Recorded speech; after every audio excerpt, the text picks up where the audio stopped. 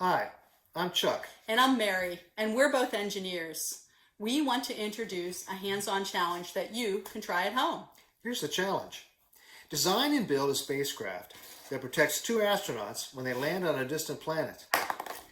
Here are the materials you can use for this challenge. You may have these around the house. A 5-ounce paper cup for the capsule, 3 index cards. What you want is the ones that are 3 by 5 inches. And if you don't have index cards in your home, no problem. If you have construction paper, what you can do is just measure out 3 inches by 5 inches, cut that out, and you can make your own index cards. You also need a piece of thin cardboard. You could use the back of a notepad or the cardboard from a cereal box. It needs to be about 4 inches by 5.5 inches. If you started with a piece of cardboard from the back of a pad, cut into quarters, you'll have the right size. You also will need 8 plastic straws, 3 rubber bands, and tape. It can either be Scotch tape or duct tape. Okay, and what are we using for the astronauts? Well, we're going to use a crumpled up piece of aluminum foil. So what you want to do is grab your aluminum foil. It usually comes in 12-inch lengths. And what you want to do is you want to measure 6 inches by 12 inches. And then what you want to do is crumple it up. Crumple it as tight as you possibly can to make a little astronaut. And of course you're going to need 2 of these. So you're going to need to start with 2 pieces of 6 inches by 12-inch piece of aluminum foil. Now let's give you some tips. When you design your lander, you'll need to consider 3 things. First, you need to slow down the lander. Using the materials you have, how can you slow down the lander during the descent? The second factor you need to consider is staying upright. How can you design the lander to keep it balanced so that it doesn't flip upside down? And the third factor you need to consider is landing soft. What kind of shock absorber can you make from the materials provided to help soften the landing? Oh, you might be thinking, this is easy. I'm just going to put a lid across the top. Well, I forgot to mention a constraint. What's a constraint?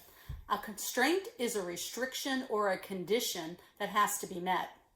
In real life, engineers deal with constraints all the time. A constraint could be how much something can cost, or how much something could weigh, or what materials you're allowed to use. In this challenge, the constraint is that the cup has to stay open. You cannot block the opening, tape the astronauts in, or put a lid on the cup. So before testing your lander, you should turn the cup upside down and make sure that the astronauts can fall out freely.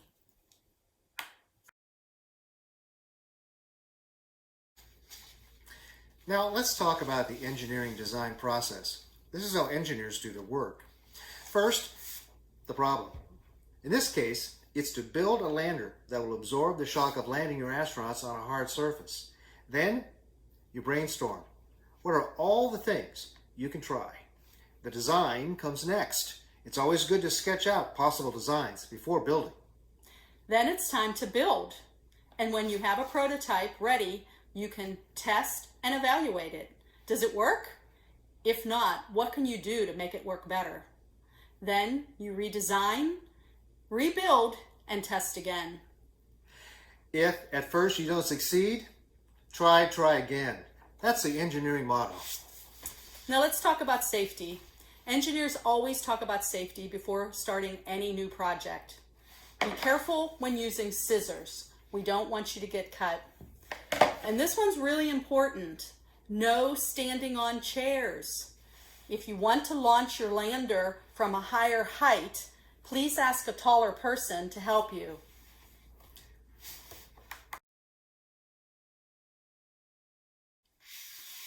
All right, it's time to brainstorm and design.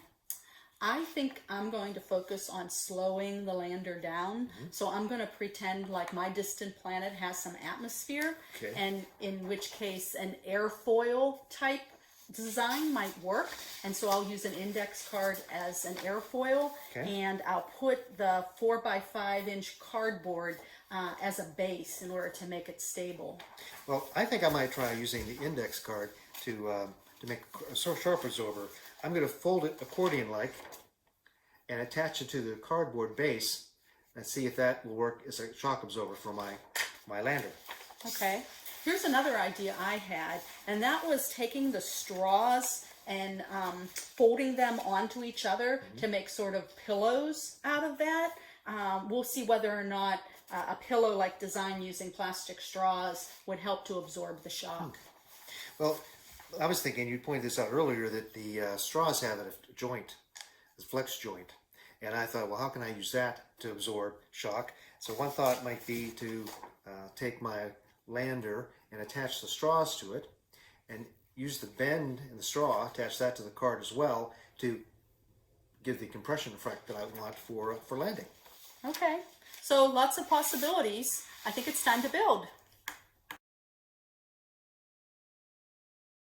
To save time today, we have a few designs ready to go. All right, so what I did first was I took the cardboard that I'm going to use as the base, and I went ahead and I made 2 diagonal lines on the cardboard because I wanted to see exactly where the center was so that when I put the capsule onto the cardboard base, that it would be precisely in the center. Then, remember, I wanted to try the airfoil idea. So what I did was I took 2 straws and I attached them to the side of the cup, and then I used 1 index card as an airfoil. And this still meets the constraint because the astronauts come freely out. So I'm not, there's no lid or anything that would hinder them from coming out. Well, here's one of my lander designs. I took the index cards and folded them accordion style, attached them to my cardboard base, and then attached that to that I attached my capsule cup. So my astronauts are inside, and we'll see if that's a good enough cushion for the flight. Okay. And then I had a second idea. If you remember, I wanted to take a straws and bend them over to make like little pillows on the bottom. And I have 4 of them on here, and we'll see whether or not that provides enough cushioning. Okay, and then I built a second design to test, and I took advantage of the joint in the straws that we talked about earlier, the compression joint.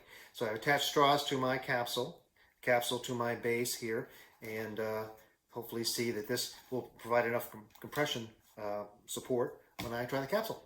Okay, so here's the fun part. It's time to test our prototypes.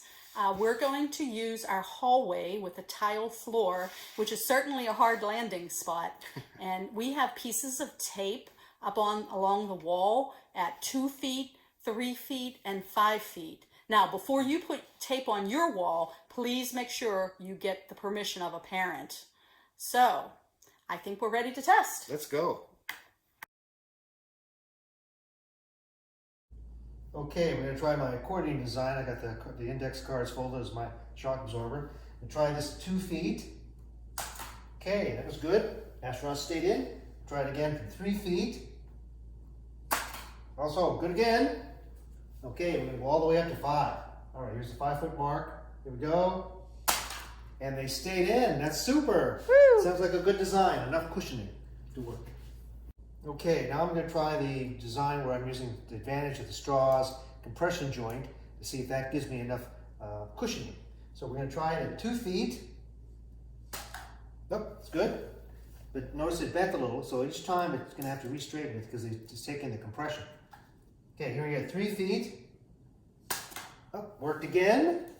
You know, again, I have to keep kind of straightening it back up because the joint's actually taking the shock of the fall. Okay, here's 5 feet. Oh, all right, so they stayed in to the bottom, but then because it was weak enough, it tipped over. So this design needs a little bit of work. Okay, I'm going to try the design with the pillowy straws on the bottom, and we'll try that from 2 feet. Oh, did you see how much they ejected out of there? That is not a good design. Okay, now I'm going to try my airfoil design. So I'm going to try it first from 2 feet. That looked good. Now I'm going to try it from 3 feet. All right. Now let's try it from 5 feet. Yes, it's a great design. That was fun, and we found a few designs that worked. I think it would be good if we debriefed a little bit about what worked and what didn't and why. Okay. So I had that idea of making little pillows out of the straws and putting them on the bottom of the lander. And oh my goodness, that was an epic fail. Yes.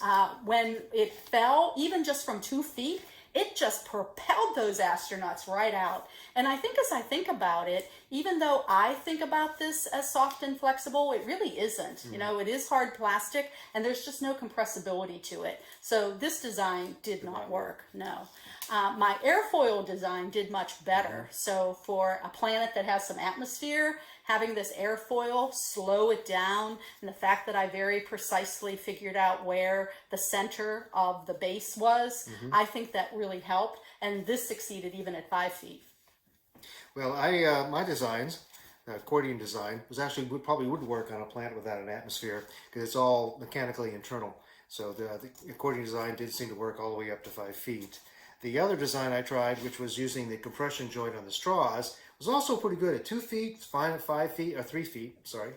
And then at 5 feet, it didn't really work very well. And I think part of the problem was each time it hit, it would actually compress the joint. So I had to keep straightening out the joint.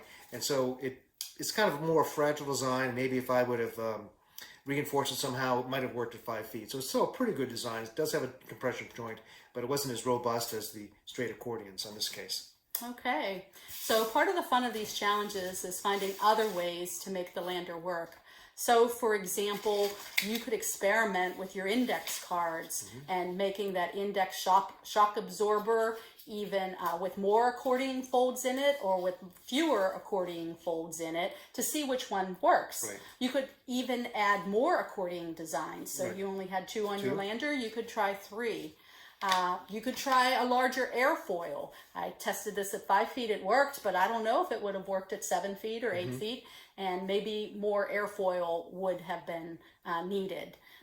You could also try a larger cup. Right. So we did the 5-ounce cup. You could try an 8-ounce or 9-ounce cup. Maybe you put in 3 or 4 astronauts into the cup and try that and see if you can make that work.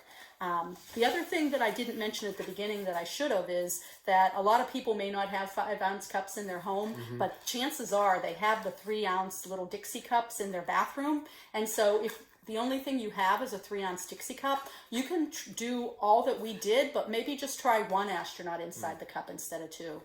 So whatever you do and you get it to work, think about how to take it to the next level. Great. And I also think being hands-on is really important to the design process, especially if you want to be an engineer. By being hands-on, I became more familiar with my materials and my tools, and it helped me to better brainstorm ideas. Over time, I improved my problem-solving skills. This can help you turn your thoughts into action. So don't shy away from digging in and being hands-on. Okay. The instructions for this activity, which is officially called Touchdown, can be found on the Design Squad Global website, and you'll find lots of other hands-on challenges to try too. We really enjoyed making this video for you, and we hope you enjoyed watching it. Now go out and build something and be an engineer. See you next time.